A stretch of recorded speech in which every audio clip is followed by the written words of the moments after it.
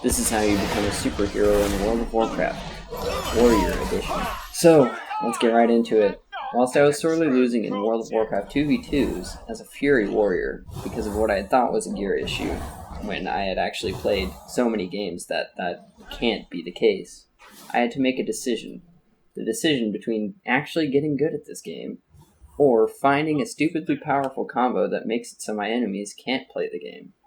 And I naturally chose both. The reason why I chose both is because who wouldn't want an insane combo and want to be good at the game too? That's basically what every single rogue player is anyway, so why can't I have that as a warrior? And the way I did that was by rolling a prot warrior, believe it or not. To start off, I'd like to explain what a protection warrior is. A protection warrior is the one and only tanking specialization of the warrior class. With each specialization, there are different passive abilities, and the ones for protection warriors that are important relate to mastery and critical strike. So here's what the build looks like right now. Okay. So, the whole idea behind the build, the superhero build, I'll just call it, Shield Slam. Main idea, increasing the amount of damage that Shield Slam can do overall. And I do that with these abilities. Punish, increases the damage by 20%. Stormbolt, to keep them stopped in place while they're trying to run away or pull some bullcrap or whatever.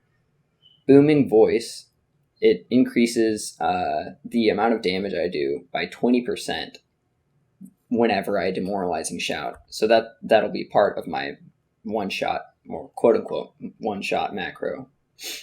Crackling Thunder, this decreases their movement speed, yet again, making it so that I can catch up to them quickly.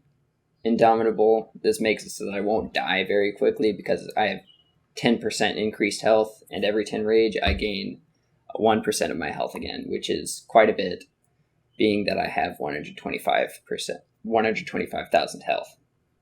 Ravager is just good. It's a good opener, typically, and also just increases the amount of times that I can cast, or play whatever it is, Shield Slam. Anger Management, every 10 rage, reduces the remaining cooldown on Avatar, which is another very important piece of the pump. Bodyguard, this is really good for going against melee players. So I bodyguard my teammate because they typically die pretty quickly, because every single time they see my life total, they're kind of moving off of me and they're like, all right, let's see if we can grab this other guy. And whenever my teammate dies, it makes it a lot tougher for me, and sometimes equals a loss. Sword and Board is the major, always pick this ability with PvP talents in regards to protection warriors. So this increases the critical strike chance of your Devastate and Shield Slam by 30% while Shield Block is active. And so I believe it or not, so I naturally put Shield Block into this build up that I have for the one shot to increase the crit chance, so it'll be a massive amount of damage. And also, so Bodyguard and Dragon Charge, I change between Warpath. Warpath's pretty good. Shield Bash is pretty good. Morale Killer is pretty good. I never use Disarm for some reason. I'm not good at using it. Thunderstruck is good. It roots them.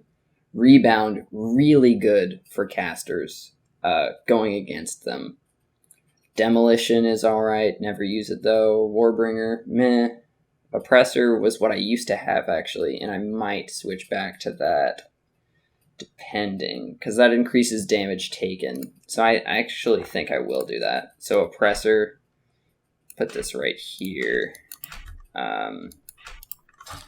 Okay, so also I made all of my abilities have at least critical strike or mastery in them, preferably both. That's actually the reason why I haven't discarded this piece yet, because it has 117 crit and 124 mastery, and I really don't want to say goodbye to that, but I'll have to eventually. So, sitting at 269 PvP item level, it's fine. But there are two things about the spec that are really important. One being the fact that I can do a lot of output, as this was the last example I did like 15 minutes ago or something like that, 20. The second thing is staying alive. So you see my health right here, 125k. I use this macro, which has, I'll let you take a look at this actually. This macro, ignore pain, rallying cry, health stone, last stand, and shield wall. So this is basically the button to save me. This is like the button mash that's like my savior 9 times out of 10. And so pretty much this is what you do.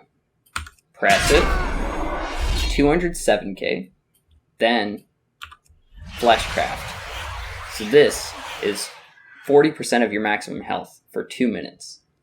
So this means 207k plus 100,000 shields. People are not going to kill me, pretty much. That's what this means. So let's see how much I can do. You guys saw the talents. So this is the reason why crit and mastery are the main ones. For mastery, critical block makes it so that I can survive and also increases my attack power by a good margin. And riposte. This, for a critical strike, it equals 100% of my parry. So it's just majorly survivability. Let's do this. So you toss in Ravager. This, pump,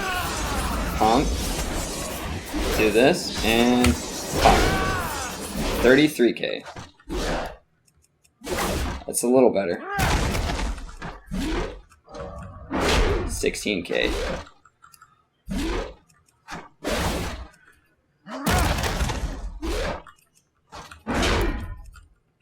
So it goes down pretty quick, but also my CDs aren't gone forever, so that's nice. Yeah, okay, so let's take a look real quick. Shield Slam, the max was 33k. Okay, so that was a normal hit. So this is proof.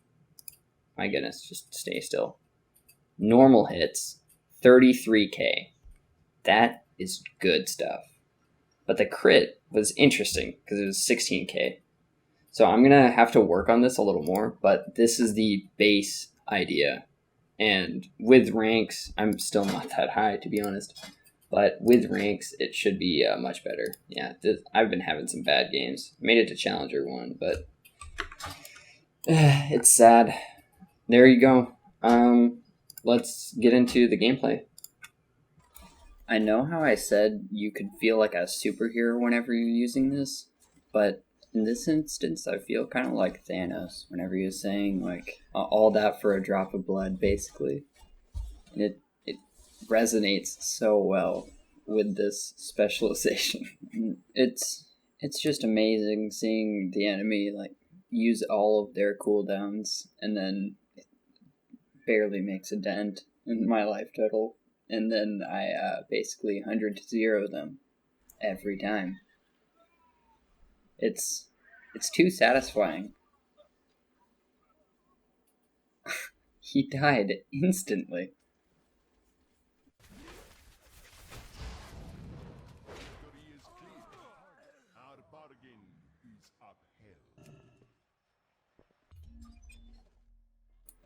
Okay, quick side note here. Fast queues. They're supposed to be nice, but every single time I'm queuing up, I'm thinking like, okay, this can take like a few minutes, and I'm totally okay with it.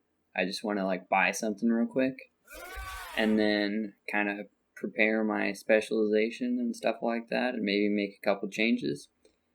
And then the queue pops up like 10 seconds, 5 seconds at like medium, the average time. And I know it's supposed to be a good thing, but it's really annoying.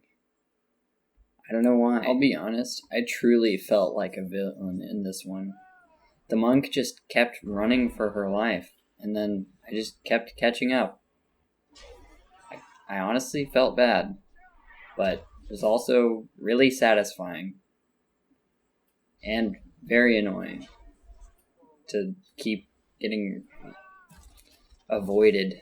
She's like, okay, I'm gonna use my teleport-like ability. Oh, he's still on me. Torpedo. Failed. Torpedo again. Use the weird circle that pushes me out. Maybe I'll survive if I run away. No. No, you do not. That's what happens. Alright, last thing, guys.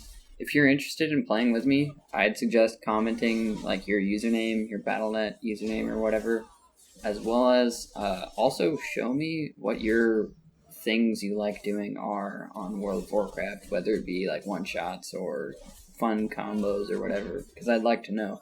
It would be fun to try them out sometime. So I'm open for suggestions. Hope you guys liked it, and see you guys later.